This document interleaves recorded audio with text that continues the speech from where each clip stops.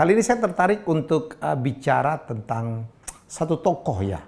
Ini pebisnis, investor, juga seseorang yang omongannya keren banget. Bukunya Zero to One itu keren banget. Yaitu Peter Thiel. Peter Thiel ini luar biasa. Dia adalah pendiri atau founder dari PayPal. Dan juga dia adalah investor pemula dari Facebook yang invest di proyeknya Mark Zuckerberg. Ya, dalam buku itu Peter Thiel menyampaikan satu pertanyaan gitu.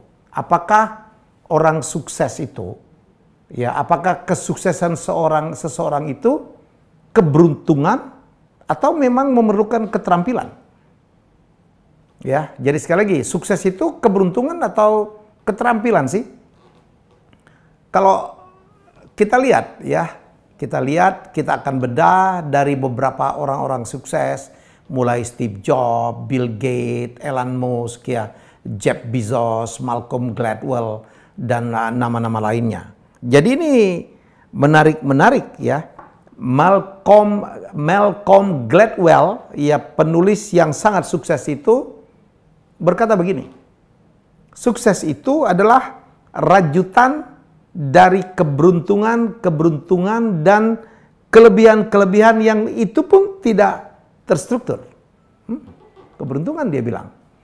Yang juga menarik, Warren Buffett. Ya, siapa yang tidak kenal Warren Buffett? Jadi salah satu orang terkaya di dunia, investor terbaik barangkali yang pernah lahir di dunia, daya investasinya tajam luar biasa. Dia cuma malah ngomong lebih bercanda lagi. Saya ini adalah anggota sperma yang beruntung, anggota klub sperma yang beruntung, berhasil memenangkan lotre sel telur. Jadi Warren Buffett pun menyampaikan bahwa ada faktor keberuntungan untuk kesuksesan dia.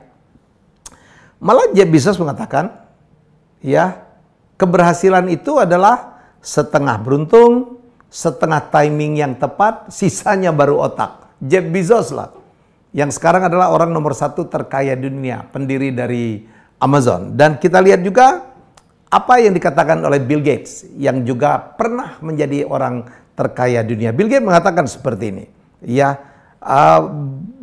dia merasa beruntung dilahirkan dengan keterampilan tertentu. Lagi-lagi, seorang Bill Gates pun menyampaikan keberuntungan.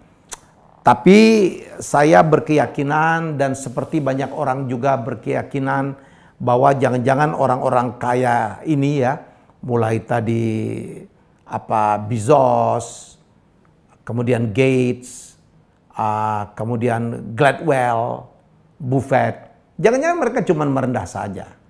Ya, yang mengatakan bahwa ada faktor keberuntungan dalam keberhasilan mereka yang luar biasa itu. Kalau berkaca dari keberhasilan seorang penemu, jenius, konglomerat lain, orang kaya lain namanya Steve Jobs, kita melihat bahwa Steve Jobs itu adalah orang yang punya keunikan, lahir dengan keterampilan luar biasa untuk memprediksi masa depan.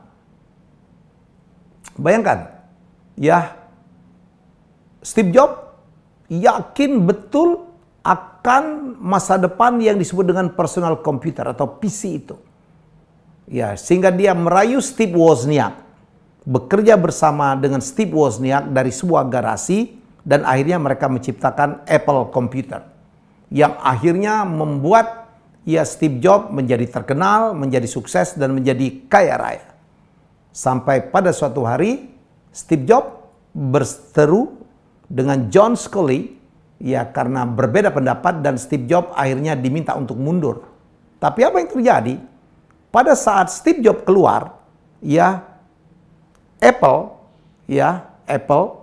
Corporation, ya, Apple Computer, maksud saya, yang dipimpin John Sculley mengalami kemunduran, mandek karena tidak ada lagi penemuan-penemuan baru. Ya, sementara Jobs di luar membuat Next Computer, ya, satu komputer lagi yang walaupun tidak sukses, tapi akhirnya membuat Steve Jobs kembali diminta untuk memimpin Apple Computer. Dan Next Computer itu akhirnya menjadi cikal bakal Apple Computer dan menjadi Mac Operation System X. yang akhirnya membuat Apple komputer atau Mac itu menjadi makin luar biasa. Dan Steve Jobs tidak berhenti di situ saja. Ya, adalah Steve Jobs yang akhirnya melirik Pixar. Pixar itu adalah perusahaan animasi yang waktu itu tidak laku ya. Pendirinya adalah John Lasseter yang dipecat juga karena dia memaksakan, kalau bikin animasi itu harus digital loh, harus pakai komputer, nggak boleh lagi digambar-gambar kayak Disney itu. Dan lucunya pada suatu hari Disney bekerja sama dengan Pixar, ya, yang foundernya adalah John Lasseter itu untuk membuat film Toy Story menggunakan animasi digital dan meledak semeledak-meledaknya. Sehingga lahirlah karya-karya berikutnya, Toy Story 2, 3, Cars, ya, dan beberapa hal yang lain. Dan sekali lagi ada faktor seorang Steve Jobs di situ, yang akhirnya membuat Disney membeli Pixar. Dan Steve Jobs masuk sebagai salah satu BOD-nya. Jadi kalau kita melihat kesuksesan dari Steve Jobs, bukan keberuntungan itu. Ya. Steve Jobs adalah orang yang memiliki satu keterampilan khusus, yaitu meramal, memprediksi masa depan. Dan begitu juga saya pikir apa yang terjadi pada seorang Elon Musk, yang kita tahu betul, bukan keberuntungan itu. Elon Musk adalah seseorang penemu yang meramal masa depan. Bahwa mobil yang berbahan bakar bahan-bahan fosil itu makin lama makin kuno, makin tidak ramah lingkungan, makin akan kehabisan bahan bakarnya, dan dia membuat mobil listrik dan kemudian juga membuat ekspedisi keluar angkasa melalui SpaceX dan penemuan-penemuan lainnya. Orang-orang ini termasuk Bill Gates adalah orang-orang yang sangat luar biasa, ya, mempunyai keterampilan khusus, ya, yang termasuk melihat masa depan. Kalau kita melihat kenapa seorang Steve Jobs, kenapa seorang Bill Gates, kenapa seorang Elon Musk, ya, kenapa seorang Jeff Bezos, sepertinya beruntung betul, bikin apapun laku, bikin apapun meledak, bikin apapun dibeli orang. Ada penjelasan tentang itu. Seseorang seperti Steve Jobs, kalau dia sudah berhasil, dia pertama memiliki satu keahlian, ya, yang tidak dimiliki orang lain, nomor satu.